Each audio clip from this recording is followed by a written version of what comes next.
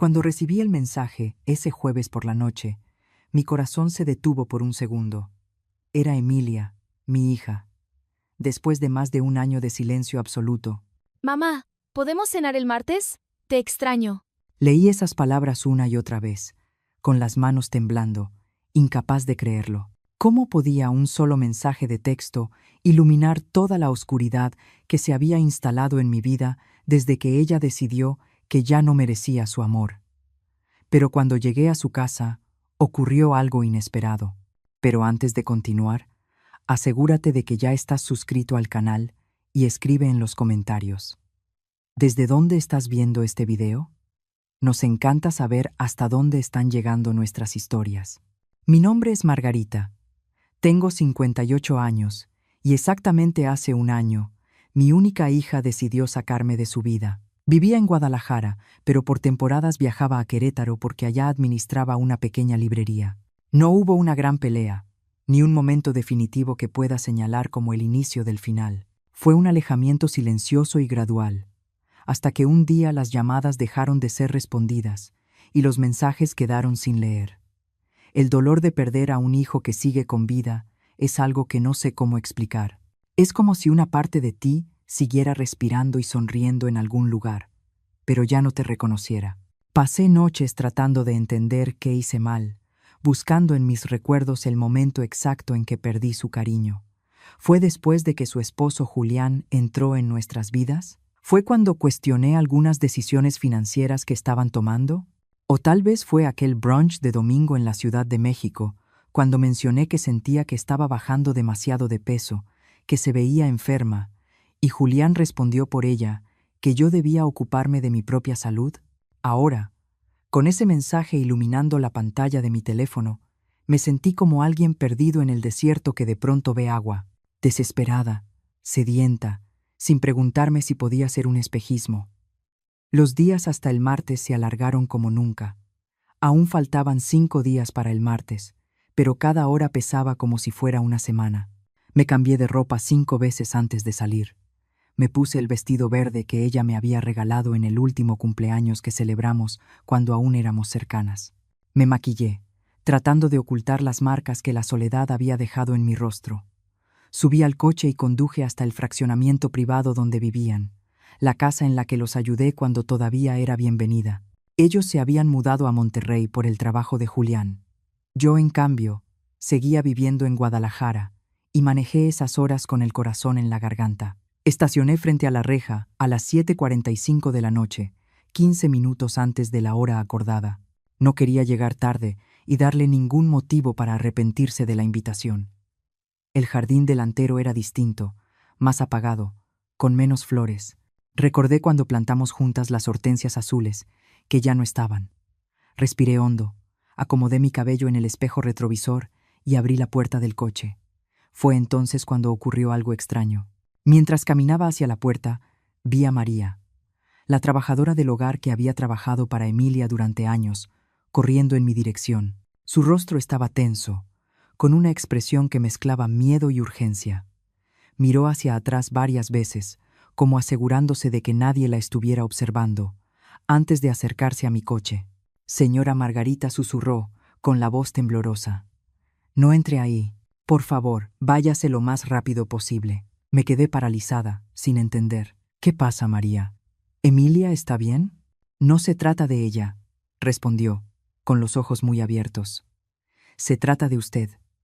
Por favor, confíe en mí. No es seguro. Antes de que pudiera hacer más preguntas, volvió a mirar hacia la casa y dio un paso atrás.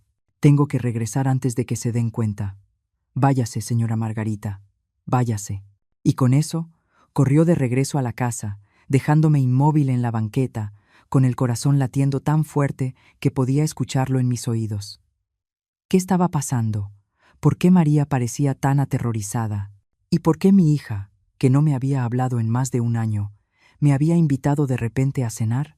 Regresé al coche como en trance. Mis piernas se movían de forma automática mientras mi mente intentaba procesar la advertencia. Me senté, cerré los seguros de las puertas y encendí el motor. Pero no arranqué.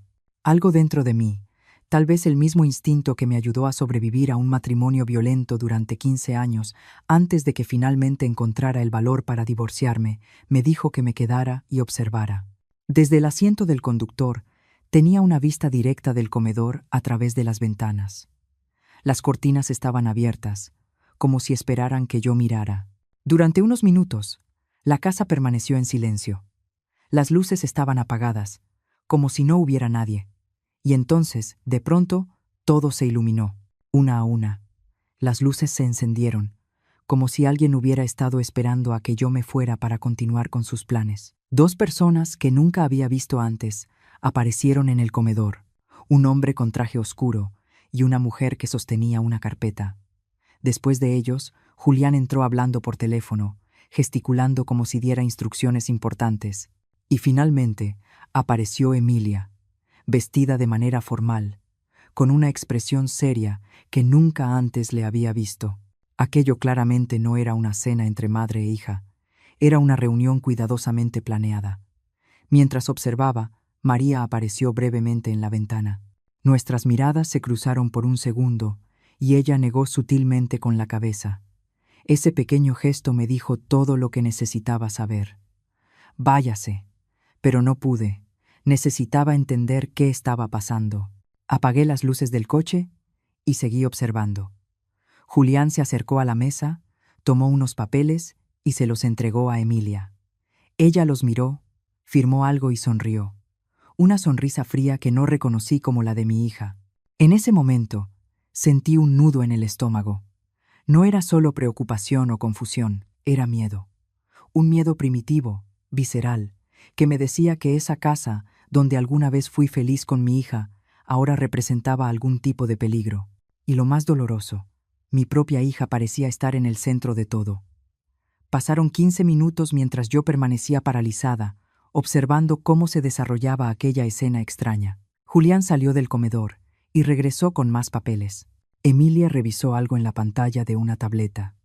Las dos personas desconocidas seguían ahí, hablando entre ellas. Parecía una reunión de negocios, no una cena familiar. Entonces Julián miró su reloj y después miró hacia la ventana, directamente en dirección a mi coche. Instintivamente me agaché, con el corazón acelerado. Cuando volví a levantar la vista, las cortinas estaban cerradas. La casa que alguna vez fue el lugar donde acuné a mi hija para dormir, se transformó, frente a mí, en un misterio amenazante. Encendí el coche y me alejé. Pero no fui a casa. No podía. Me estacioné en una gasolinera a unos cuantos kilómetros, en las afueras de Monterrey, y traté de ordenar mis pensamientos. Cuando por fin pude respirar, tomé una decisión. No me quedaría ahí.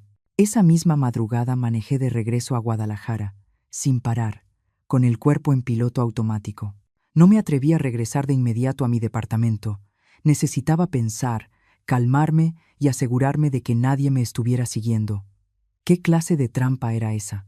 ¿Por qué Emilia me llamaría para una cena que claramente no existía? Y, lo más importante, ¿qué sabía María para estar tan asustada? Saqué mi teléfono y volví a leer el mensaje de Emilia. Las palabras parecían diferentes ahora. Solo nosotras dos. Tal vez no era una invitación para reconciliarnos, sino para algo mucho más oscuro. ¿Acaso la mujer que yo crié, a quien amé incondicionalmente, estaba planeando algo en mi contra? La idea era tan dolorosa que las lágrimas comenzaron a rodar por mi rostro antes de que me diera cuenta. Entré al baño de la gasolinera para lavarme la cara. En el espejo vi a una mujer que apenas reconocía. El cabello canoso, profundas ojeras oscuras, una mirada asustada. ¿Era esta yo ahora? ¿En esto me había convertido el dolor de perder a mi hija? Me apoyé en el lavabo y respiré hondo. No podía derrumbarme. Necesitaba saber qué estaba pasando. De regreso en el coche, me di cuenta de que tenía una llamada perdida. Era de un número desconocido. Segundos después, el teléfono vibró con un mensaje. Señora Margarita, soy yo, María. Necesitamos hablar mañana al mediodía, en la cafetería de la Central de Autobuses de Monterrey. Es importante. No le diga a nadie. Esa noche no pude dormir. Cada vez que cerraba los ojos, veía el rostro de Emilia firmando esos papeles, Julián mirando su reloj. la expresión de terror en los ojos de María. ¿Qué estaban planeando? ¿Y por qué mi propia hija estaría involucrada en algo en mi contra? Cuando el sol comenzó a salir, yo seguía despierta.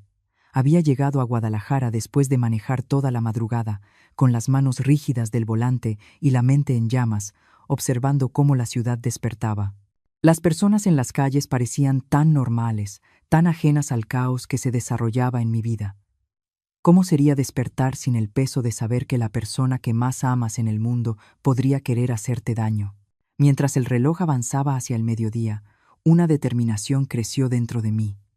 Tomé el primer camión de regreso a Monterrey, no por valentía, sino porque necesitaba la verdad antes de que fuera demasiado tarde. Iría a esa cita con María y descubriría la verdad, sin importar lo dolorosa que fuera, porque la incertidumbre, me di cuenta, era aún más insoportable que cualquier verdad. La central de autobuses estaba tan concurrida como siempre, personas corriendo para alcanzar sus camiones, familias despidiéndose, jóvenes con mochilas enormes esperando su salida. Yo me sentía fuera de lugar ahí. Una mujer de mediana edad, sola, buscando respuestas a preguntas que ni siquiera sabía cómo formular. La cafetería estaba en una esquina apartada, un lugar pequeño con mesas de formica y sillas de plástico. Elegí una mesa desde donde podía ver la entrada y pedí un café que sabía que no podría beber. Tenía el estómago hecho un nudo. A las 12:10, María entró. Vestía de forma sencilla, con una chamarra oscura y una bufanda que le cubría parcialmente el rostro. Sus ojos se movían nerviosos, revisando cada rincón del lugar antes de dirigirse hacia mi mesa. «Señora Margarita», susurró ella, sentándose rápidamente. «Gracias por venir, María. Por el amor de Dios, dime qué está pasando», le supliqué, tomando sus manos temblorosas sobre la mesa. «¿Por qué me detuviste ayer? ¿Qué está planeando Emilia?». María miró a su alrededor, como si temiera que alguien nos estuviera observando, y bajó aún más la voz. «No es solo Emilia, señora Margarita, es Julián. Él controla todo». Un escalofrío me recorrió la espalda. Desde el principio, nunca confié del todo en Julián. Había algo en él, una frialdad calculadora detrás de esa sonrisa encantadora. Pero Emilia estaba tan enamorada que nunca quiso escuchar mis preocupaciones. «¿Controla cómo?», pregunté. María respiró hondo. «Desde hace meses he visto cosas extrañas en esa casa. El señor Julián aísla a Emilia. Primero fueron sus amigas, luego la familia. Usted fue la última en ser apartada, pero fue Emilia quien dejó de hablar», me dije, confundida. «No, señora Margarita. Fue él quien la convenció de que usted intentaba controlar su vida, de que no respetaba sus decisiones». Hizo una pausa y continuó. «Él lo tuerce todo. Hace que Emilia crea que todos están en su contra, que solo él la protege». María bajó la mirada, con los ojos llenos de lágrimas. «Está bajando de peso porque incluso controla lo que come. Le dice que debe mantenerse en forma, que a nadie le gustan las mujeres gordas». Sentí náuseas. Las piezas empezaban a encajar. El distanciamiento gradual, los cambios en el comportamiento de Emilia, la manera en que comenzó a repetir frases que sonaban ensayadas. «¿Y la cena de ayer?», pregunté. «¿Por qué invitarme?». María bajó aún más la voz. Escuché una conversación entre ellos. El señor Julián dijo que necesitaban su firma en unos documentos. Tragué saliva. Algo sobre la casa que usted ayudó a comprar y unas acciones que el papá de Emilia le dejó. Cosas sobre las que usted todavía tiene cierto control.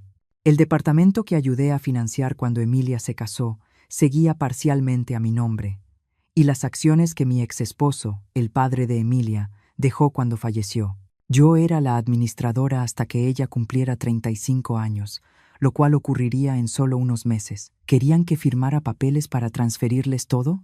«No solo eso», dijo María, dudando, con los ojos fijos en los míos. «Escuché al señor Julián hablando por teléfono con un hombre. Dijo, después del martes, todo será nuestro y nadie lo cuestionará. La vieja ya no estorbará». La sangre se me heló. La vieja. ¿Así se refería Julián a mí, cuando pensaba que nadie lo escuchaba? La idea de que mi yerno y mi propia hija estuvieran conspirando para quitarme mis bienes era devastadora. Pero había algo más en las palabras de María, algo que no estaba diciendo. «Hay más, ¿verdad, María?». Ella asintió lentamente, y una lágrima rodó por su mejilla. Señora Margarita, creo que querían hacerle daño. Sentí que el mundo se me venía encima. Escuché a Julián hablar de un accidente. Dijo que sería fácil hacer parecer que usted se resbaló por las escaleras después de beber vino en la cena. La cafetería comenzó a dar vueltas a mi alrededor. ¿Mi propia hija, contemplando mi muerte? No, no podía ser. Era demasiado absurdo. Emilia nunca aceptaría algo así, dije, más para mí que para María. Emilia ya no es la misma, señora Margarita, respondió ella con tristeza. Él la manipula, hace todo lo que él le dice, es como si estuviera hipnotizada. Me quedé en silencio, tratando de asimilarlo todo. Una parte de mí quería negarlo, decir que era imposible. Pero otra parte sabía que María no tenía ningún motivo para inventar algo tan terrible. ¿Por qué me estás diciendo esto, María?, pregunté. ¿Por qué arriesgarte así?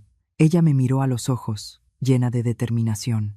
Porque Emilia era una buena niña antes de él. Yo la vi crecer, recuerda. Trabajé con ustedes desde que ella tenía 12 años. Su voz se quebró. Y porque mi hermana murió a manos de un hombre como el señor Julián. Un hombre que lo controlaba todo, que la aisló de todos, que le hizo creer que el mundo era un lugar terrible y que solo él podía protegerla. Sentí un nudo en la garganta. María estaba arriesgando su trabajo, quizá incluso su seguridad, para advertirme. ¿Tienes pruebas de algo? ¿Algo que pueda ayudarnos? Ella asintió y sacó una pequeña grabadora de su bolso. Grabé algunas conversaciones y tomé fotos de documentos que encontré en su oficina. Están preparando todo para después del martes. Testamentos, transferencias, todo. Tomé la grabadora con las manos temblorosas. María, ¿te das cuenta de que esto es un delito? Tenemos que ir a la policía, no, exclamó ella, asustada. Todavía no. El señor Julián tiene amigos en la policía. Siempre presume lo fácil que es hacer desaparecer las cosas cuando conoces a la gente correcta. ¿Entonces qué hacemos?, pregunté. María se inclinó hacia adelante. Primero, usted necesita protegerse. No puede regresar a su departamento. Ellos saben dónde vive. Conocen su rutina. Necesitamos que se quede en un lugar seguro mientras averiguamos más. Y Emilia, no podemos simplemente dejarla con él. Yo la vigilaré, señora Margarita, si él intenta algo. No terminó la frase, pero vi la preocupación en sus ojos. Por ahora, lo más importante es mantenerla a usted a salvo. Miré por la ventana de la cafetería a la gente que pasaba, ajena al terror que yo estaba viviendo. ¿Cómo podía simplemente desaparecer? Abandonar mi vida, mi casa, mi trabajo en la pequeña librería que administraba en Querétaro, aunque yo vivía en Guadalajara y viajaba por temporadas para atenderla. ¿Y cómo podía dejar a Emilia atrás, incluso si estaba involucrada en algo tan terrible contra mí? Tengo una prima que vive en el campo, dijo María, cerca de Santiago, Nuevo León, en las afueras de Monterrey. Podemos decir que fue a visitarla. Nadie la buscará allá. La idea de huir, de esconderme, era casi tan aterradora como las revelaciones que acababa de escuchar. ¿Y si intento hablar con Emilia a solas, sin Julián? Tal vez ella... No, señora Margarita, me interrumpió María, con la voz firme. Usted no entiende. Ella no la va a elegir, no ahora. Él tiene el control total sobre ella. Sus palabras me golpearon como un puñetazo. La verdad que no quería enfrentar. Ya había perdido a mi hija. No cuando dejó de hablarme hace un año, sino mucho antes, cuando ese hombre entró en nuestras vidas y comenzó a tejer su red de manipulación. Iré a casa de tu prima, decidí al final. Pero no para esconderme, sino para pensar, para planear cómo vamos a salvar a Emilia. María asintió, visiblemente aliviada. Es lo mejor, señora Margarita. Yo me quedaré vigilando aquí y la mantendré informada. Vamos a sacar a Emilia de esto. Cuando salimos de la cafetería, el mundo se sentía distinto, más amenazante. El sol del mediodía ya no parecía cálido, y los rostros de las personas a mi alrededor parecían máscaras que ocultaban intenciones desconocidas. Estaba a punto de dejar atrás todo lo que conocía, huyendo de un peligro que provenía de la persona que más había amado en el mundo. Miré a María una última vez antes de separarnos. Cuídate, Y cuida a mi hija. Siempre, señora Margarita. Caminé hacia mi coche sintiendo el peso de la grabadora en el bolsillo de mi chamarra. Ese pequeño objeto contenía la verdad que podía destruir a mi familia para siempre, pero también podía ser la clave para salvar a mi hija de un monstruo que la estaba consumiendo desde dentro. La casa de la prima de María estaba en un pueblo pequeño, a unas 3 horas de la ciudad, cerca de Santiago, Nuevo León. Era un lugar sencillo, con caminos de terracería y gente que todavía dejaba las puertas sin llave por la noche. Beatriz, una mujer de más de 70 años, me recibió como si fuéramos viejas amigas, haciendo pocas preguntas cuando María explicó vagamente que necesitaba un lugar donde quedarme por unas semanas. Cualquier amiga de María es amiga mía, dijo, mostrándome el cuarto del fondo de la casa, con una cama de hierro y cortinas florales que me recordaron la casa de mi abuela. Quédese el tiempo que necesite. Esa primera noche, sentada en el porche bajo un cielo estrellado que nunca se ve en la ciudad, intenté poner mis pensamientos en orden. Escuché las grabaciones que María me había dado y examiné las fotografías de los documentos. Cada prueba era más perturbadora que la anterior. Julián había creado meticulosamente un plan para apoderarse no solo de las acciones que pertenecían a Emilia, sino también de propiedades que estaban a mi nombre. Había un testamento falsificado con mi supuesta firma, dejando todo a Emilia en caso de mi muerte, y otros documentos, transferencias, poderes notariales, todos con falsificaciones de mi firma, solo esperando las fechas para ser presentados. Pero la parte más aterradora fue escuchar la voz de mi propia hija en esas grabaciones, una voz que apenas reconocía, aceptando mecánicamente lo que decía Julián, repitiendo frases ensayadas sobre cómo yo siempre la había controlado, cómo nunca la apoyé, cómo merecía quedarme sola. Era como escuchar las palabras de él saliendo de su boca, como si fuera un ventrílocuo y ella su marioneta. A la mañana siguiente, tomé mi teléfono para llamar a Benjamín, mi abogado y amigo de toda la vida, pero dudé. ¿Y si Julián estaba monitoreando mis llamadas? ¿Y si descubría dónde estaba? Decidí ser más cautelosa. Usé el teléfono fijo de la casa de Beatriz, llamando desde un número que Julián no conocía. ¿Margarita?, respondió Benjamín, sorprendido. ¿Dónde estás? He llamado varias veces a tu celular. Necesitaba salir de la ciudad por unos días, respondí vagamente. Benjamín, necesito tu ayuda, pero tiene que ser con mucha discreción. Le expliqué la situación de la forma más concisa posible, sin entrar en demasiados detalles por teléfono. Benjamín escuchó en silencio, haciendo de vez en cuando preguntas directas. Esto es grave, Margarita dijo finalmente. Si tienes pruebas de lo que dices, debemos ir a las autoridades de inmediato. Todavía no respondí, recordando la advertencia de María. Julián tiene contactos. Tenemos que ser estratégicos. Entonces, ¿qué sugieres? Necesito pruebas más concretas, algo que no pueda ser ignorado ni encubierto. Benjamín guardó silencio por unos segundos. Tengo un amigo en instancias federales, alguien fuera del círculo local.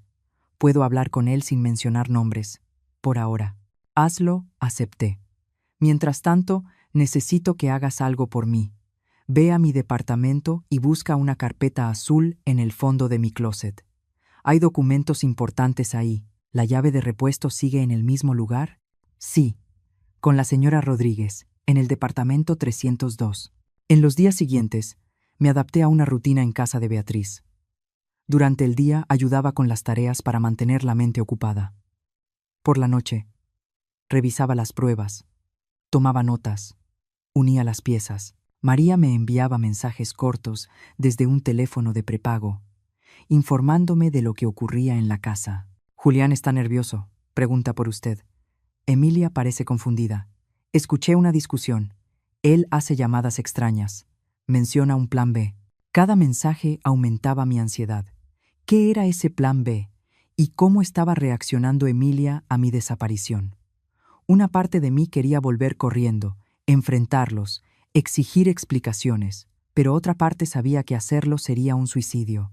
Si de verdad estaban planeando matarme, aparecer sin un plan solo aceleraría el proceso. Al cuarto día, Benjamín me llamó. Logré hablar con mi contacto en instancias federales. Está interesado en el caso, pero necesita más detalles. Y Margarita, fui a tu departamento. El tono de su voz me alarmó. ¿Qué pasó? Alguien estuvo ahí. Todo estaba revuelto. La carpeta azul, no pude encontrarla. La sangre se me heló. Esa carpeta contenía documentos originales de las propiedades, las acciones, testamentos legítimos. Era mi seguro en caso de que algo me pasara. Están un paso adelante, murmuré. ¿Hay algo más? Hay una investigación en tu contra, continuó Benjamín. ¿Qué? ¿Qué tipo de investigación? Parece que alguien reportó irregularidades en la librería. Evasión fiscal, lavado de dinero. Es completamente absurdo, pero ya está en marcha. La estrategia de Julián se volvía clara. Si yo aparecía, sería para enfrentar cargos penales, un escándalo público que haría mucho más fácil quitarme todo lo que había construido. ¿Y Emilia? ¿Lograste hablar con ella?, pregunté. Benjamín suspiró. Lo intenté. No responde mis llamadas. Fui a su casa y el guardia de seguridad no me dejó entrar. Dijo que no estaba recibiendo visitas.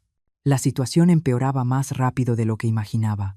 No solo intentaban borrar mi existencia financiera, sino también mi reputación.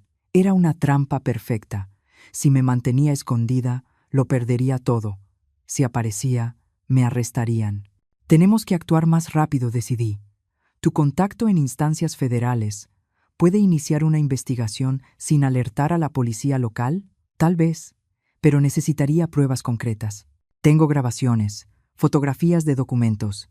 ¿Eso basta para empezar? Quizá. Voy a revisarlo. Cuando colgué, me di cuenta de que Beatriz estaba en la puerta de la cocina, observándome con preocupación. Son problemas serios, ¿verdad?, preguntó, sentándose conmigo a la mesa. Asentí, sin entrar en detalles. Ella tomó mis manos entre las suyas, arrugadas por el tiempo y el trabajo. Sabes, querida, cuando yo era joven, mi esposo me golpeaba todos los días por cualquier cosa. Yo pensaba que lo merecía. Así eran las cosas. Hasta que un día golpeó a nuestro hijo. Ahí entendí que no se trataba de mí, se trataba de él, del poder que quería tener sobre nosotros. La miré, sorprendida por la confesión repentina. Lo que quiero decir, continuó, es que a veces necesitamos ver a alguien que amamos ser lastimado para entender que nosotros también estamos siendo lastimados. Mi hija está en peligro, ¿verdad?, preguntó. Sí, admití. Pero ella no lo ve, porque él no se lo permite. Así es como funcionan, dijo Beatriz. Aíslan, controlan, hacen que la persona dude de su propio juicio, y cuando por fin despiertas, ya es demasiado tarde. ¿Cómo escapaste tú?, pregunté. El rostro de Beatriz se iluminó con una sonrisa triste. No escapé. Él murió. Le dio un infarto durante uno de sus ataques de ira. Dios tiene un sentido del humor peculiar, ¿no crees? Se levantó, acomodándose el delantal. Pero tú todavía puedes salvar a tu hija y a ti misma. Cuando se fue, me quedé pensando en sus palabras. Tal vez Beatriz tenía razón. Tal vez el problema nunca había estado entre Emilia y yo. Era Julián quien había creado esa división, alimentándola con mentiras y manipulación. Y si mi hija repetía esas frases horribles sobre mí, no era porque las creyera, sino porque él la había programado para decirlas. Esa noche recibí un mensaje de María que lo cambió todo. Está planeando llevársela. Lo escuché hablando de una casa en el extranjero. Dice, ustedes dos nunca volverán a verse. ¿Llevársela? ¿A dónde? ¿Por qué? Las preguntas daban vueltas en mi cabeza. Si Julián lograba sacar a Emilia del país, realmente podría no volver a verla jamás. Y si ya había logrado transformarla tanto en solo 2 años, ¿qué haría cuando la tuviera completamente aislada, sin nadie que lo cuestionara? No podía esperar más. No podía confiar en que el sistema legal actuara a tiempo. Mi hija estaba en peligro inmediato, aunque ella no lo supiera. Tenía que sacarla de las garras de Julián antes de que fuera demasiado tarde. Tomé mi teléfono y llamé a Benjamín. Cambio de planes, dije en cuanto contestó. No vamos a esperar la investigación formal. Tenemos que actuar ahora. ¿Qué tienes en mente? Vamos a sacarla de ahí, respondí, sorprendida por la firmeza de mi propia voz. Vamos a sacar a mi hija de esa casa, y tú me vas a ayudar. Los siguientes 2 días los pasamos desarrollando un plan que, en circunstancias normales, habría considerado una locura. Pero nada había sido normal desde hacía mucho tiempo. Benjamín, al principio renuente, terminó aceptando que no podíamos esperar el lento proceso legal, especialmente con la amenaza de Julián de sacar a Emilia del país. Entiendes que esto puede salir mal de muchas maneras, ¿verdad? Me advirtió durante una de nuestras llamadas desde el teléfono de prepago que Beatriz me había prestado. Lo entiendo, respondí. Pero quedarme de brazos cruzados mientras mi hija desaparece para siempre sería mucho peor. Benjamín tenía contactos. Uno de ellos era Marcos, un ex policía que ahora trabajaba como investigador privado en Monterrey. Otra era Sara, una psicóloga especializada en víctimas de relaciones abusivas. Ambos aceptaron ayudar, más por la amistad que tenían con Benjamín que por creer del todo en mi historia. Pero eso no importaba. Lo que yo necesitaba eran personas competentes, no convicción. El plan era relativamente sencillo. Necesitábamos crear una situación en la que Emilia estuviera sola, sin Julián, el tiempo suficiente para poder hablar con ella. María sería clave para esto. Ella nos avisaría cuando Julián saliera de la casa, preferentemente por varias horas, y entonces actuaríamos. ¿Y si ella no quiere irse contigo?, preguntó Marcos durante nuestra reunión en un pequeño comedor de carretera a las afueras de Monterrey. No necesita quererlo, explicó Sara. En casos de manipulación psicológica severa, la víctima rara vez reconoce su situación. Nuestra misión es crear una interrupción en el control para permitirle pensar por sí misma, aunque sea solo por unas horas. ¿Y si él regresa mientras estamos ahí?, pregunté, sintiendo un escalofrío solo de pensarlo. Estaré preparado, respondió Marcos, sin dar más detalles, pero su tono me hizo creer que sabía cómo manejar a hombres como Julián. La oportunidad llegó 3 días después. María me envió un mensaje a las 9 de la mañana. Se va hoy a Miami. Reunión de negocios. Vuelo a las 11. No regresa hasta la noche. Ella estará sola. Mi corazón comenzó a latir con fuerza. Era ahora o nunca. Me reuní con Benjamín, Marcos y Sara en el punto acordado. Una gasolinera a 10 minutos de la casa de Emilia. Benjamín se veía nervioso, revisando el reloj constantemente. Marcos estaba tranquilo, casi indiferente, como si solo estuviéramos ahí para tomar un café. Sara revisaba sus notas, preparándose claramente para su intervención psicológica. Recuerden, dijo, Emilia, probablemente se resistirá. Puede gritar, llorar, acusarnos de estar en su contra. Es normal. Lo importante es mantener la calma y transmitir seguridad. A las 3 en punto, recibimos la confirmación de María. Julián ya salió y el avión ya despegó. Esa era la señal. El trayecto hasta la casa de Emilia se hizo en un silencio tenso. Cada uno parecía perdido en sus propios pensamientos. Yo trataba de imaginar cómo sería volver a ver a mi hija después de tanto tiempo y en circunstancias tan extrañas. Llegamos al fraccionamiento privado. Marcos, vestido con un uniforme de repartidor y cargando un paquete falso, logró que el guardia de seguridad abriera la reja sin hacer preguntas. Una vez dentro, avanzamos despacio hasta la casa. María nos esperaba en el patio trasero, fuera de la vista de los vecinos. Está en la sala, informó, visiblemente nerviosa, viendo la televisión. No está bien. Apenas ha salido de su cuarto en los últimos días. ¿Alguna señal de Julián?, preguntó Marcos. Ninguna. Llamó hace media hora para verificar que estuviera en casa. Es lo que siempre hace. Llama cada hora cuando está fuera. Entonces tenemos unos 30 minutos antes de la siguiente llamada, calculó Benjamín. Tenemos que ser rápidos. Entramos por la puerta trasera, que María había dejado sin llave. La casa estaba en silencio, excepto por el sonido bajo del televisor que venía de la sala. Caminé hacia el frente, con el corazón latiéndome tan fuerte que creí que podía oírse, y entonces, después de más de un año, vi a mi hija. Emilia estaba sentada en el sofá, envuelta en una cobija a pesar del calor del día.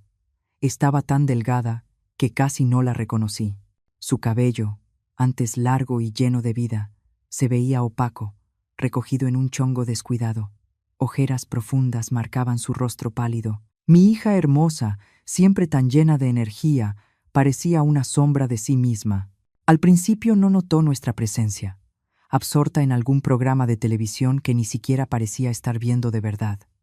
Cuando finalmente me vio, sus ojos se abrieron de par en par. «Mamá», susurró, como si no pudiera creer lo que estaba viendo. «Hola, cariño», respondí, tratando de mantener la voz firme pese a las lágrimas que amenazaban con caer. Se levantó de golpe, dejando caer la cobija. Llevaba una pijama holgada que hacía aún más evidente su alarmante delgadez. «¿Qué haces aquí? ¿Cómo entraste?» Percibí de inmediato el miedo en su voz. No era solo sorpresa, era pánico. «Necesitamos hablar», Emilia, dije, dando un paso hacia ella. «Estoy preocupada por ti». Ella retrocedió, mirando nerviosa a las personas que estaban conmigo. «No pueden estar aquí. Julián va a volver pronto. Tienen que irse. Tu esposo está en Miami», le informó Marcos con calma. «No regresará hasta la noche». El pánico en los ojos de Emilia se intensificó. «¿Cómo sabes eso? ¿Me estás espiando?» «Voy a llamar a la policía». Buscó su teléfono con desesperación, pero María ya lo había sacado de la habitación, tal como lo habíamos planeado. Sara dio un paso al frente, con la voz suave y controlada. «Emilia, me llamo Sara. Soy psicóloga y estoy aquí para ayudarte. No estamos aquí para hacerte daño. Solo queremos hablar». «No necesito ayuda», respondió Emilia de forma automática, como si repitiera algo que ya había escuchado muchas veces. «Estoy perfectamente bien. Ustedes son los que tienen el problema, siempre interfiriendo en mi vida». Sus palabras me atravesaron como puñales. Pero Sara ya me había preparado para esto. Eran palabras de Julián, no de Emilia. «Cariño», intenté de nuevo. «Tú me invitaste a cenar. ¿Recuerdas? El martes pasado me mandaste un mensaje». Emilia pareció confundida por un momento. «Yo no envié nada». «Sí lo hiciste», insistí, mostrándole el mensaje en mi teléfono. Ella miró la pantalla, la confusión aún más evidente. «Ese es mi número. Pero yo no escribí eso. Fue Julián, ¿verdad?», pregunté con suavidad. «Tomó tu teléfono y mandó ese mensaje haciéndose pasar por ti». Emilia abrió la boca para negarlo, pero la cerró de nuevo, como si algo empezara a encajar en su mente. Él dijo que sería bueno que nos reconciliáramos, que sentía que yo estaba triste por no hablar contigo, pero después dijo que tú cancelaste, que no querías verme. Yo estuve ahí, Emilia, a la hora acordada, dije. Pero María me impidió entrar, porque escuchó a Julián planeando algo contra mí. Emilia miró a María, quien asintió en silencio. «Es verdad, hija. Lo escuché hablar de hacer que pareciera un accidente, de cómo tú heredarías todo después de que tu mamá se cayera por las escaleras». «No», murmuró Emilia, negando con la cabeza. «Él no haría eso. Me ama, me protege». «¿Te protege de qué, Emilia?», preguntó Sara, manteniendo la calma. «¿Del mundo? ¿De las personas que te aman? Mírate. ¿Eres feliz? ¿Estás sana? ¿O tienes miedo todo el tiempo?». Emilia comenzó a llorar, con los hombros temblando bajo el peso de las preguntas. Yo quería correr hacia ella, abrazarla, decirle que todo estaría bien, pero Sara había sido clara. Necesitábamos mantener distancia emocional en este primer momento. Emilia tenía que procesar. Él dice que tú no me entiendes», sollozó, «que quieres controlarme, que solo él sabe qué es lo mejor para mí». «¿Y tú crees eso?», pregunté en voz baja. «Ya no sé qué creer», admitió, de pronto agotada. «Estoy tan cansada». En ese instante me di cuenta de cuánto daño había sufrido mi hija, no solo físico, sino emocional y psicológico. Julián había destruido sistemáticamente su confianza, su sentido de la realidad, su conexión con el mundo, y yo lo había permitido, manteniéndome alejada cuando debía haber luchado más. «Emilia», dijo Sara, «no tienes que decidir nada ahora. Solo te pedimos que vengas con nosotros unas horas, a un lugar neutral, sin la influencia de Julián, para poder hablar». «Se va a enfurecer si me voy», murmuró ella, con el miedo evidente en la voz. «¿Controla a dónde vas?», preguntó Marcos, con tono profesional, aunque sus ojos mostraban indignación. Emilia dudó, como si por primera vez se diera cuenta de lo absurdo de la situación. Él dice que es por mi seguridad, que hay personas que quieren hacernos daño». «¿Personas como tu madre?», intervino Benjamín, hablando por primera vez. Emilia me miró, y vi algo en sus ojos que no había visto en mucho tiempo. Duda, no sobre mí, sino sobre las mentiras que había creído.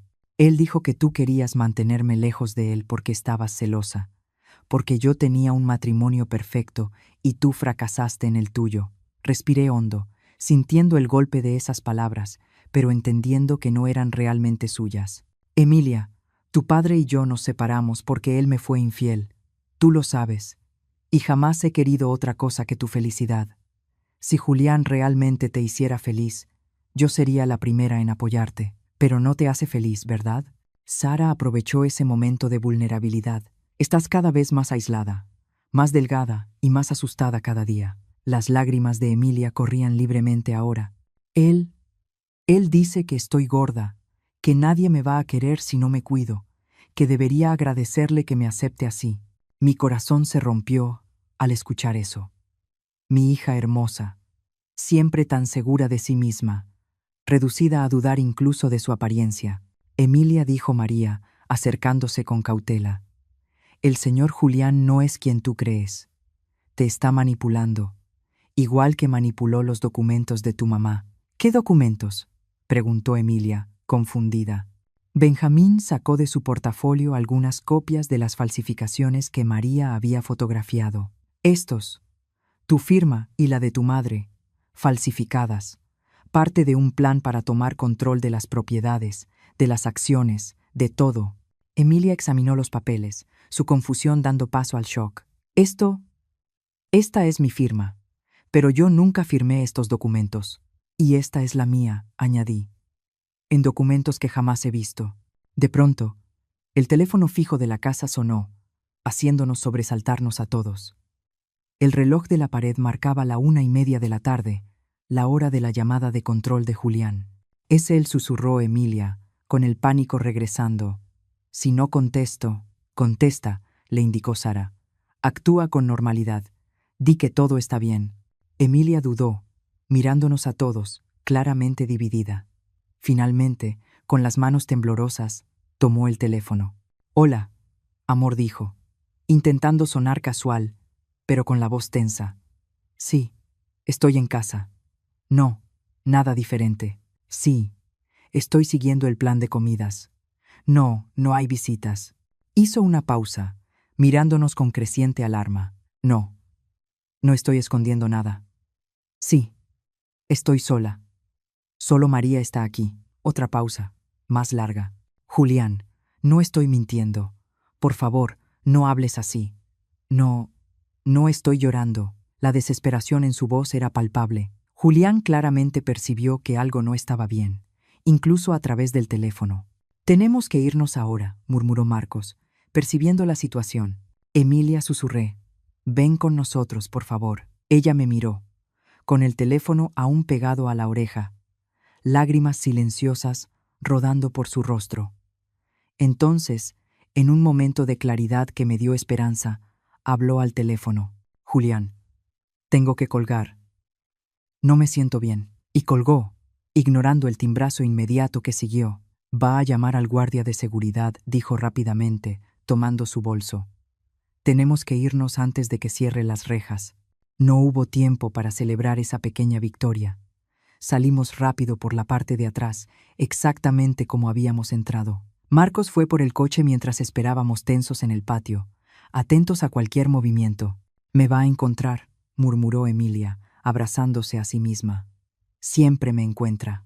No, esta vez, le prometí, permitiéndome por fin tocarle el brazo. Esta vez estoy aquí, y no voy a dejar que te haga daño otra vez. Cuando el coche llegó, subimos de inmediato. Marcos condujo rápido, pero no tan rápido como para llamar la atención. En el espejo retrovisor vi al guardia del fraccionamiento salir de su caseta y mirar alrededor, seguramente buscándola por orden de Julián. Ya estábamos en la carretera cuando sonó el teléfono de María. Contestó, pálida. Señor Julián. No sé dónde está. Salí a hacer las compras. Colgó, temblando. Está furioso. Está tomando el primer vuelo de regreso. ¿Cuánto tiempo tenemos?, preguntó Benjamín. 2, quizá 3 horas, si consigue un vuelo de inmediato. No era mucho tiempo, pero tendría que bastar. Miré a Emilia, sentada a mi lado, viéndose al mismo tiempo aliviada y aterrorizada. Había dado el primer paso, el más difícil, pero la batalla apenas comenzaba. ¿A dónde vamos?, preguntó con voz pequeña. A un lugar seguro, respondí, tomándole la mano. Un lugar al que él no pueda llegar. Y mientras el coche avanzaba por la carretera, alejándonos de esa casa de horrores, sentí una mezcla de miedo y determinación. Julián iría tras nosotros con toda su furia y sus recursos, pero no me echaría atrás. No esta vez. Mi hija me necesitaba, y yo estaría ahí para ella, costara lo que costara. El lugar seguro era una pequeña granja que pertenecía a la familia de Marcos, a unos 96 kilómetros de la ciudad, lo suficientemente aislada para darnos privacidad, pero lo bastante cerca de la civilización como para no quedar completamente vulnerables. La casa principal era sencilla, con 3 habitaciones, una sala grande y una cocina rústica. Emilia permaneció en silencio durante la mayor parte del trayecto. De vez en cuando tomaba el teléfono que María le había devuelto antes de salir y miraba la pantalla, pero no respondía a las llamadas constantes de Julián. Cada vez que el teléfono sonaba, se estremecía como si esperara un golpe físico. «Podemos apagarlo», sugirió Sara con suavidad. «No necesitas escuchar su voz ahora». Emilia dudó, pero finalmente le entregó el aparato a Sara, quien lo apagó y lo guardó en su bolso. Cuando llegamos a la granja, ya estaba oscureciendo. El cielo tenía ese tono morado que precede a la noche total, y las primeras estrellas comenzaban a aparecer. «Entremos», dijo Marcos, estacionando el coche cerca del porche. Nadie nos siguió, pero es mejor no quedarnos expuestos. La casa estaba limpia, pero con ese olor particular de los lugares que permanecen cerrados por mucho tiempo. Marcos encendió las luces y revisó rápidamente las habitaciones, asegurándose de que estuviéramos realmente solos. Benjamín fue a la cocina a preparar café, mientras Sara llevó a Emilia al sofá de la sala, hablándole en voz baja, probablemente usando técnicas para tranquilizarla. Yo me quedé de pie en medio de la sala, mirando a mi hija, aún intentando procesar que de verdad estaba ahí, que habíamos logrado sacarla de esa casa. Parecía irreal, como un sueño del que temía despertar. «Ustedes dos necesitan hablar», dijo Sara, levantándose. «Voy a ayudar a Benjamín en la cocina». Me senté junto a Emilia, manteniendo una distancia respetuosa. Estaba encorvada, como si intentara ocupar el menor espacio posible. Sus manos delgadas y pálidas se retorcían nerviosas en su regazo. «¿Cómo te sientes?», pregunté, sabiendo que era una pregunta torpe, pero sin saber por dónde empezar. Se encogió de hombros, un gesto que me recordó tanto al adolescente que alguna vez fue. «¿Confundida? ¿Asustada? No sé qué estoy haciendo aquí. Estás aquí porque una parte de ti sabe que algo no está bien», respondí con suavidad, aunque sea difícil admitirlo. Emilia levantó la vista y vi en sus ojos una mezcla de enojo, miedo y confusión. «Tú odias a Julián. Siempre lo has odiado desde el principio». «No, Emilia. Desconfié de él cuando vi cómo te estaba cambiando, cómo te alejaba de todos los que te amaban». «Él me protege», respondió automáticamente, pero su voz ya no tenía convicción. «¿De qué cariño?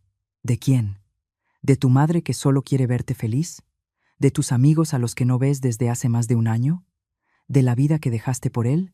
No respondió, pero vi cómo se le llenaban los ojos de lágrimas.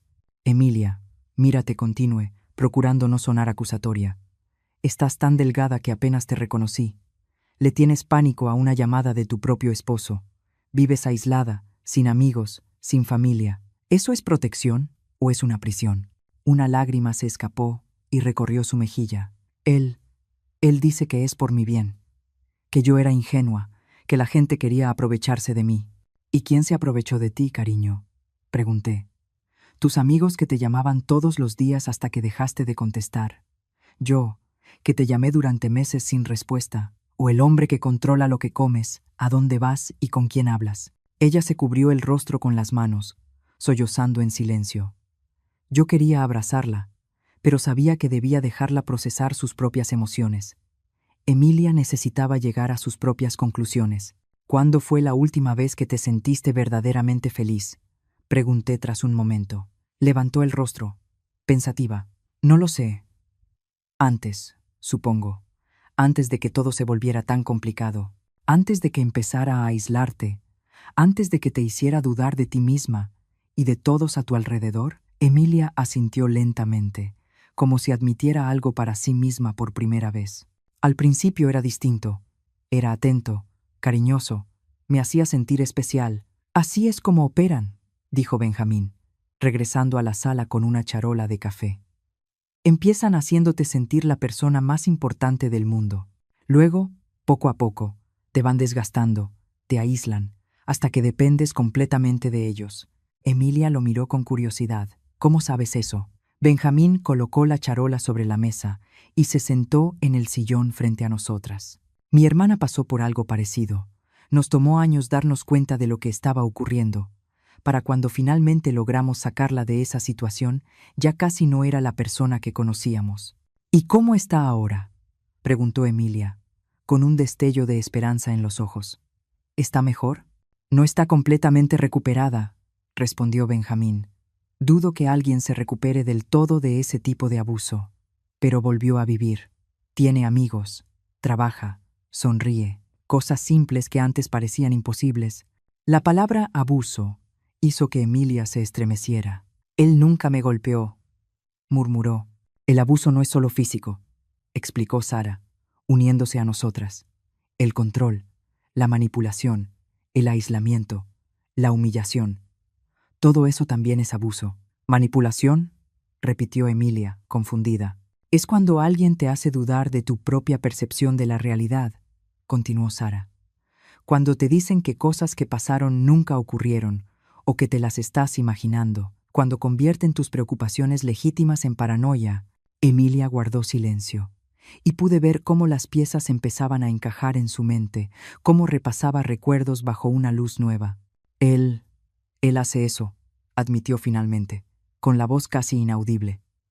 Cuando digo que algo me preocupa, dice que exagero. Cuando recuerdo algo que dijo o hizo, jura que nunca pasó, que estoy confundiendo las cosas. Y cuando alguien como tu madre intenta advertirte, añadió Sara, él te convence de que esa persona tiene una mala intención, de que quiere separarte por celos o por maldad. Emilia me miró, y la comprensión comenzó a asomar lentamente en sus ojos. Él decía que tú eras controladora, que querías que yo fracasara para seguir dependiendo de ti. Yo solo quería que fueras feliz.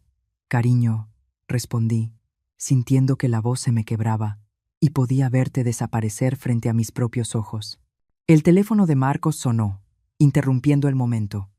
Contestó de inmediato y su expresión se endureció. Está en la casa de Beatriz, informó al colgar.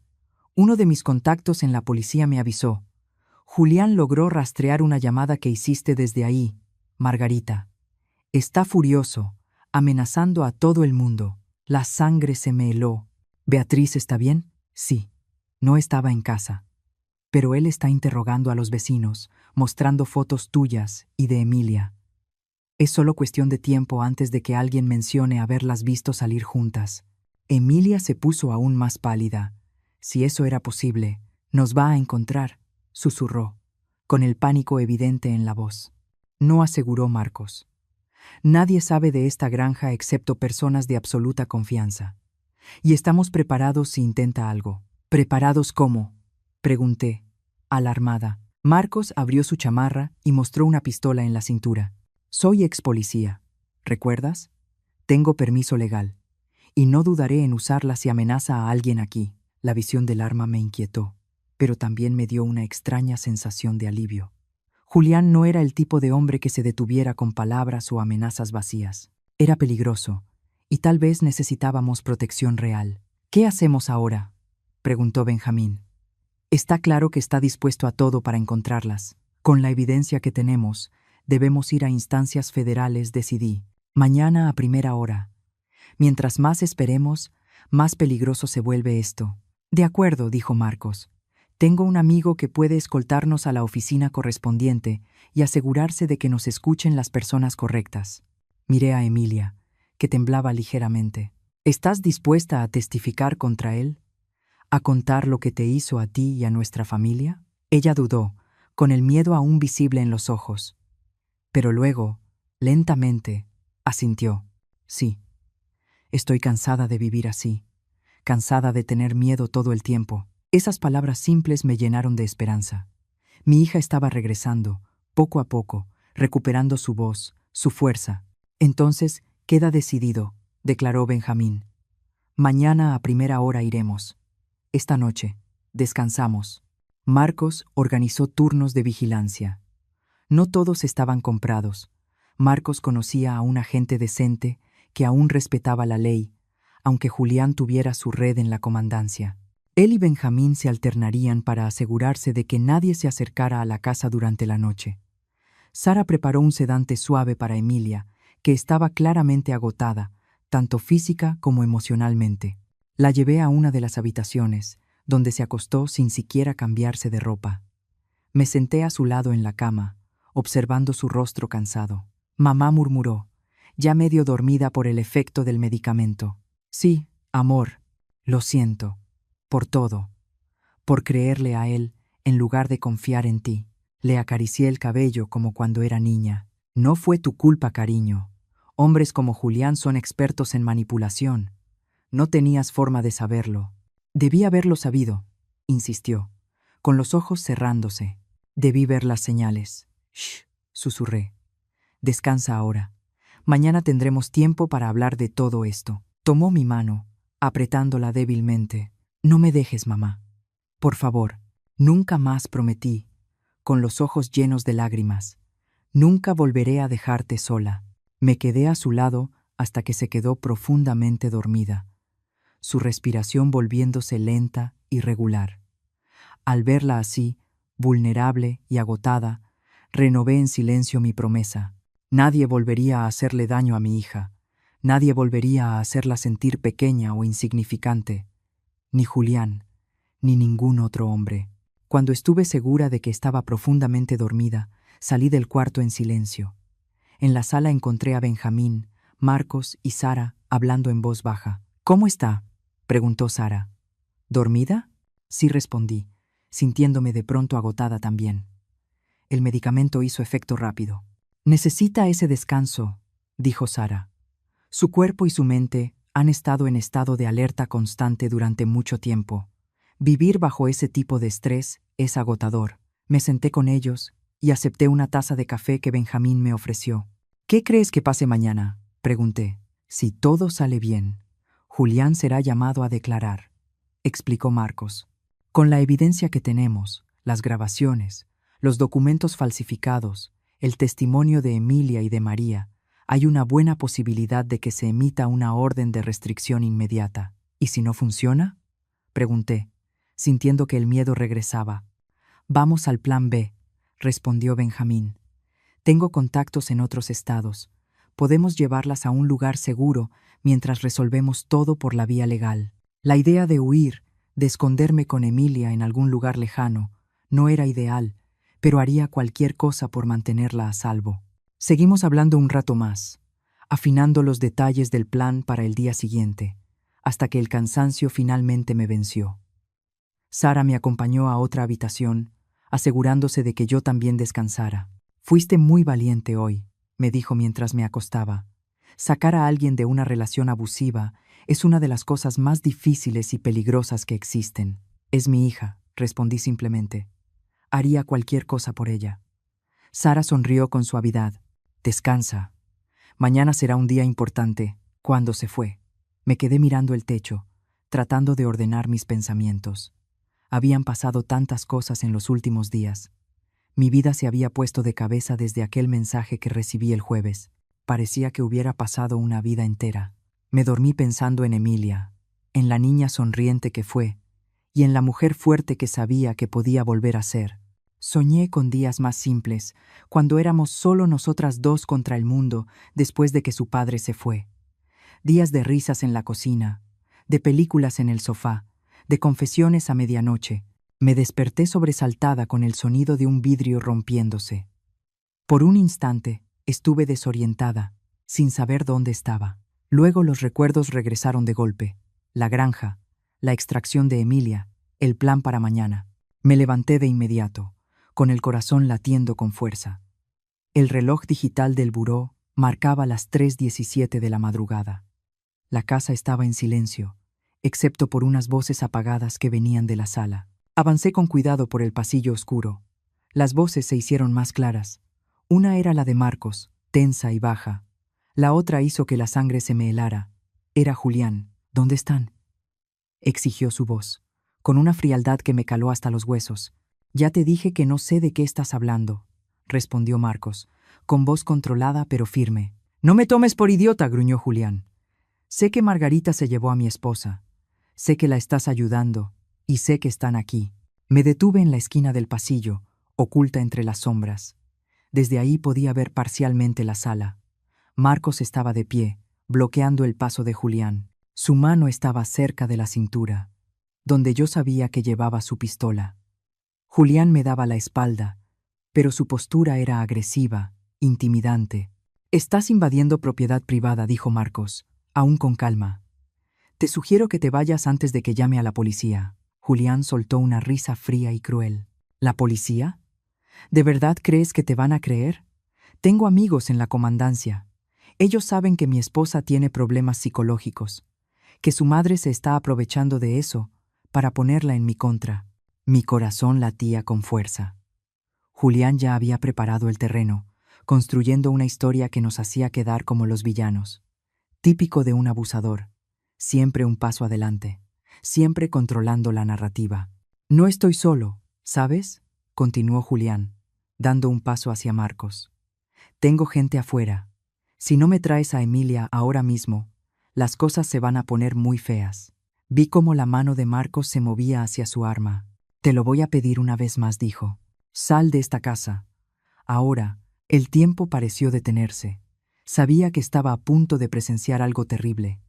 Si Julián avanzaba, Marcos sacaría el arma.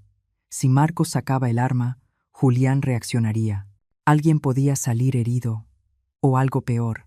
Fue entonces cuando escuché una puerta abrirse detrás de mí. Me giré y vi a Emilia salir de su habitación, con los ojos abiertos de par en par por el miedo.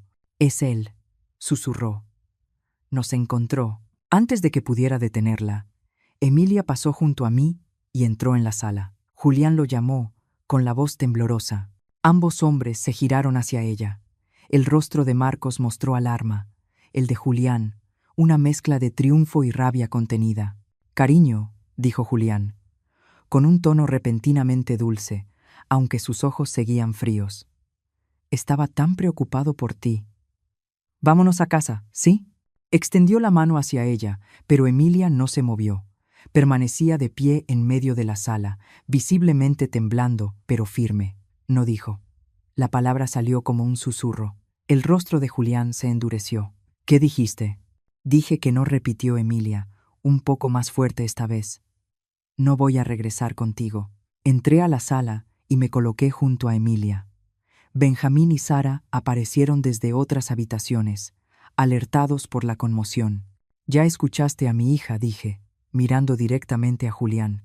No se va a ir a ningún lado contigo. Julián nos miró, su mirada pasando de Emilia a mí, y luego a los demás. Por un momento pensé que iba a atacarnos. Entonces, inesperadamente, sonrió. Está bien, dijo, dando un paso atrás. Si así quieren jugar. Metió la mano en el bolsillo y sacó un teléfono. Marcó un número y habló brevemente. Aquí están. Todos. Más tarde entendería cómo lo hizo. Horas antes, Julián ya había levantado un reporte por persona desaparecida y me acusó de haber manipulado a Emilia.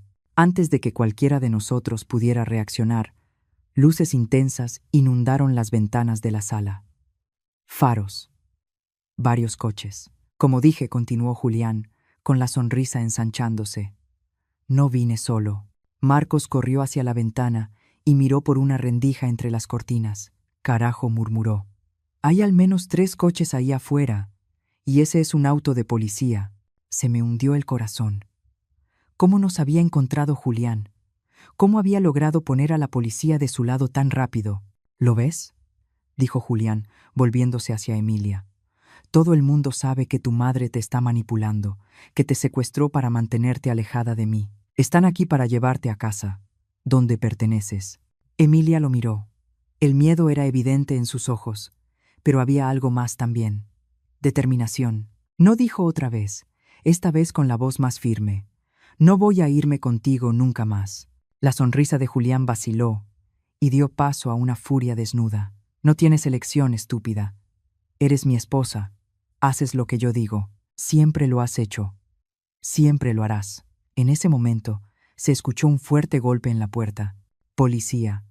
Abra la puerta. Benjamín me lanzó una mirada desesperada. ¿Qué hacemos? Tenemos las pruebas, le recordó Sara. Las grabaciones, los documentos.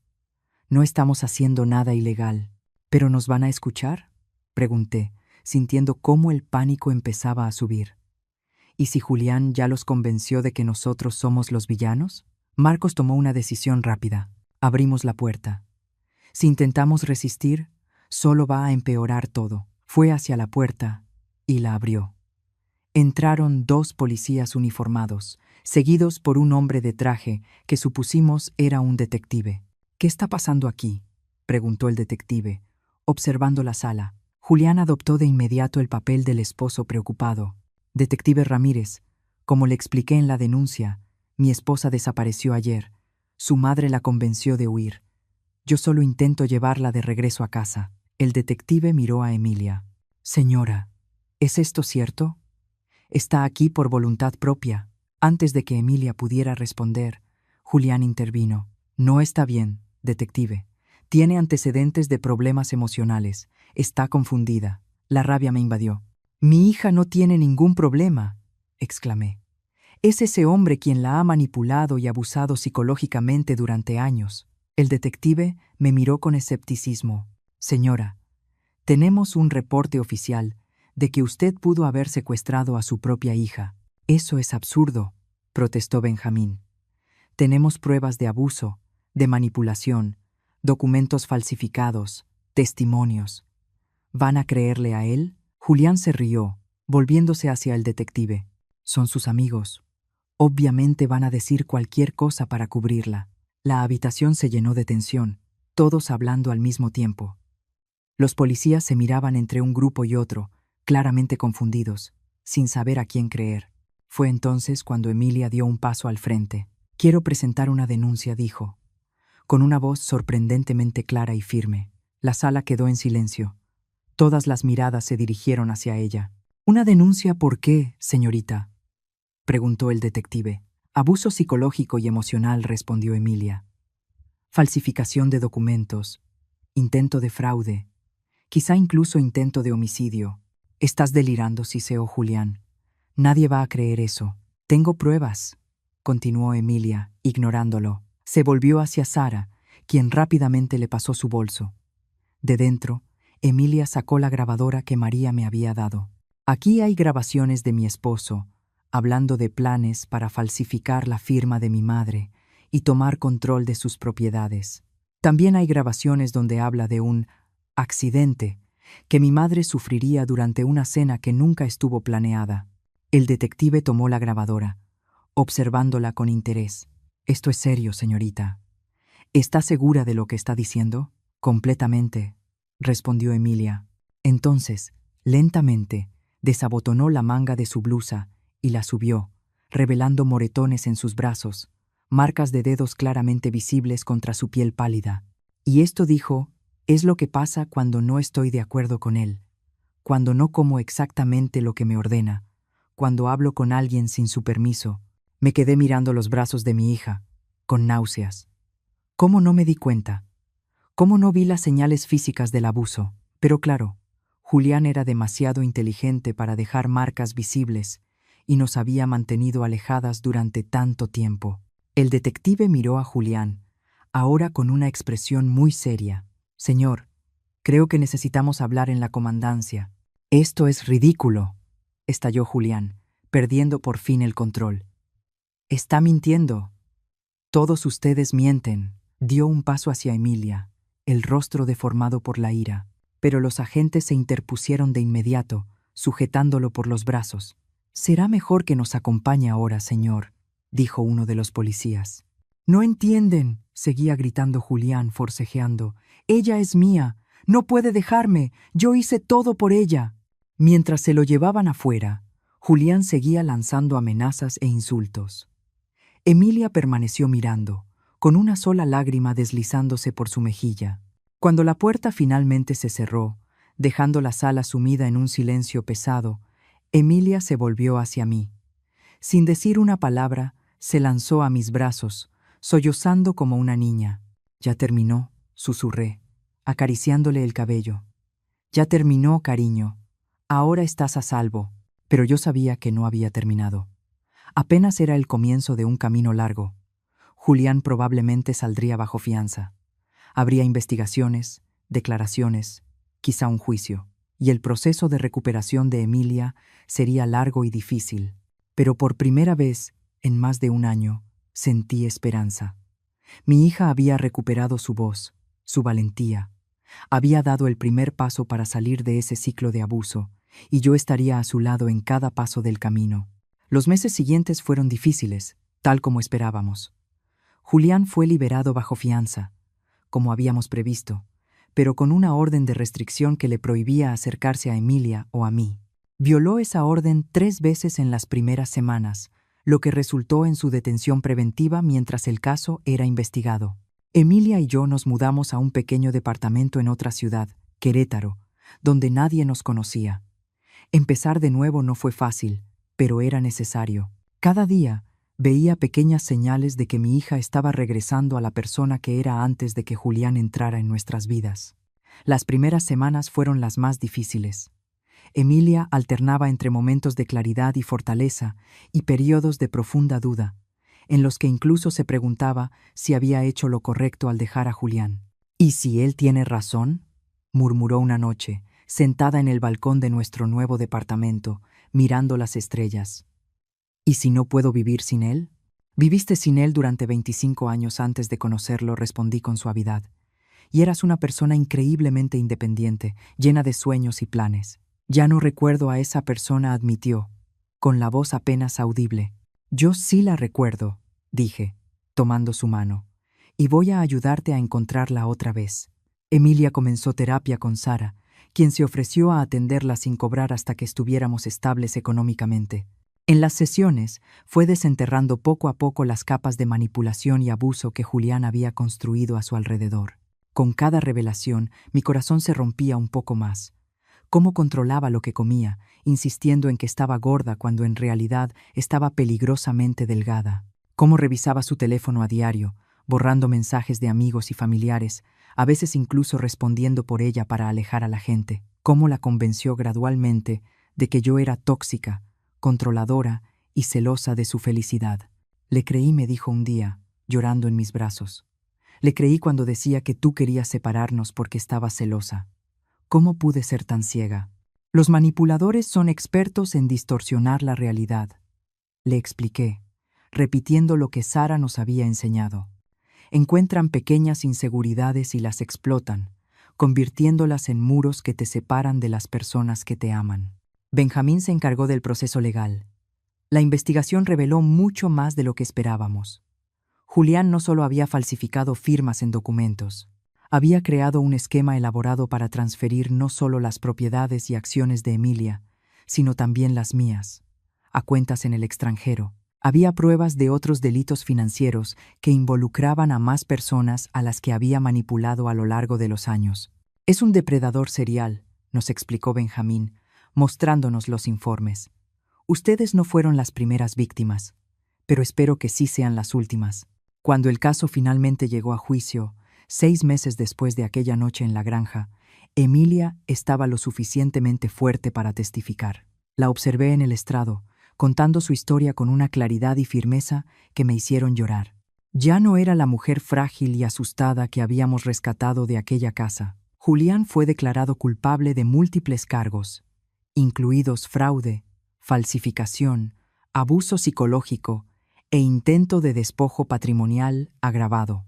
La sentencia fue de 15 años de prisión, sin posibilidad de libertad condicional durante los primeros 8. Cuando salimos del juzgado ese día, Emilia respiró hondo, mirando el cielo azul sobre nosotras. «Es extraño», dijo. «Todavía lo amo de alguna forma retorcida. Es como si una parte de mí quisiera creer que todo lo que vivimos fue real, que de verdad le importaba. Lo que tú sentiste por él fue real», respondí. «El problema es que lo que él sentía por ti no era amor, era posesión. Y hay una enorme diferencia entre ambas cosas». Ella asintió lentamente. «Voy a necesitar tiempo para desaprender todo lo que me enseñó, para volver a confiar en los demás y en mí misma». «Tienes todo el tiempo del mundo, cariño», le dije, «y no estás sola en este camino. Han pasado 5 años desde aquella noche en la granja. 5 años de sanación, de reconstrucción, de redescubrimiento». Emilia terminó su maestría y ahora trabaja en un centro de apoyo para víctimas de violencia familiar en la Ciudad de México. Yo sigo al frente de la librería, que se ha convertido no solo en un negocio, sino en un espacio de comunidad y concientización. Julián cumple su condena sin derecho a contactarnos. De vez en cuando recibimos noticias suyas a través de Benjamín, que sigue atento al caso. Al parecer, ha intentado encontrar a una nueva víctima por correspondencia, una mujer que cree estar comunicándose con un empresario condenado injustamente. Las autoridades ya fueron alertadas y esa comunicación está siendo monitoreada. Algunas cicatrices nunca desaparecen del todo. Hay momentos en los que Emilia se sobresalta con un ruido repentino, o cuando su mirada se pierde porque algo le recuerda a aquellos años. Hay noches en las que yo todavía tengo pesadillas pensando en lo que pudo haber pasado si no hubiéramos actuado a tiempo. Pero también hay momentos de pura alegría, de libertad, de paz, como hoy, un domingo por la tarde, mientras recibimos amigos para una carne asada en el patio del pequeño casa adosada que compramos juntas. Emilia sonríe, conversa animadamente con un grupo, su confianza restaurada, su belleza interior visible otra vez para todos. María también está aquí.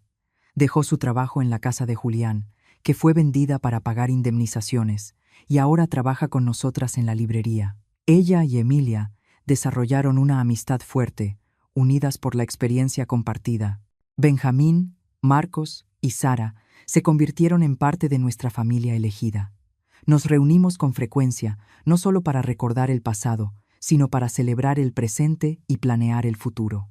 Mientras observo esta escena, a mi hija feliz, rodeada de personas que de verdad se preocupan por ella, siento una profunda gratitud, no solo por haber sobrevivido, sino por haber aprendido a vivir de nuevo, a vivir de verdad. Emilia nota que la estoy mirando y sonríe. Esa sonrisa que ilumina sus ojos y me calienta el corazón. Se disculpa con sus amigos y viene hacia mí, sentándose a mi lado en la banca del jardín. «¿En qué estás pensando?», me pregunta, apoyando la cabeza en mi hombro, como cuando era niña. «En lo extraña que es la vida», respondo. «En cómo a veces tenemos que pasar por el infierno para encontrar el camino de regreso a casa». Ella asiente, entendiendo perfectamente. «¿Sabes qué aprendí de todo esto?», dice tras un momento de silencio. «¿Qué, cariño?». «Que el amor verdadero no encarcela, no controla, no te hace sentir menos. El amor verdadero libera, fortalece, te hace crecer. Aprieta mi mano, como tu amor por mí». Lágrimas silenciosas recorren mi rostro. Hace 5 años, yo estaba desesperada, sentada en mi coche, mirando a mi hija a través de una ventana, tratando de entender cómo habíamos llegado a ese punto. Hoy ella está aquí, a mi lado, libre de las cadenas invisibles que la sujetaban, y yo estoy aquí, siendo testigo del milagro de su recuperación, sabiendo que no importa cuán oscura sea la noche, siempre existe una oportunidad para empezar de nuevo cuando llega el amanecer. «Mamá», dice Emilia, interrumpiendo mis pensamientos. «Gracias por nunca rendirte conmigo». Le beso la frente con suavidad. Eso es lo que hacen las madres, cariño. Nunca se rinden. Y mientras el sol comienza a ponerse en el horizonte, bañando con tonos dorados nuestro pequeño patio, y a las personas que amamos, sé que por fin estamos en casa. No en un lugar físico, sino en ese espacio seguro que hemos creado la una para la otra, donde el amor es genuino, el respeto es mutuo, y la libertad se valora por encima de todo. Algunas historias no tienen finales felices. La nuestra estuvo a punto de convertirse en una de ellas, pero gracias al valor, la perseverancia y al amor verdadero, ese que respeta, que fortalece, que libera, logramos reescribir nuestro destino. Y ese es el mensaje que compartimos con todas las Emilias y Margaritas que encontramos en el camino. Nunca es demasiado tarde para reescribir tu historia. Nunca es demasiado tarde para escapar de las sombras y caminar hacia la luz. Nunca es demasiado tarde para volver a casa. Ahora, tengo curiosidad por ti, que escuchas mi historia. ¿Qué harías si estuvieras en mi lugar? ¿Has pasado por algo parecido? Déjalo en los comentarios. Gracias de corazón por escuchar esta historia hasta este último momento. Y mientras tanto, en la pantalla final te dejo otras 2 historias favoritas del canal que, sin duda, te van a sorprender. Gracias por quedarte hasta el final.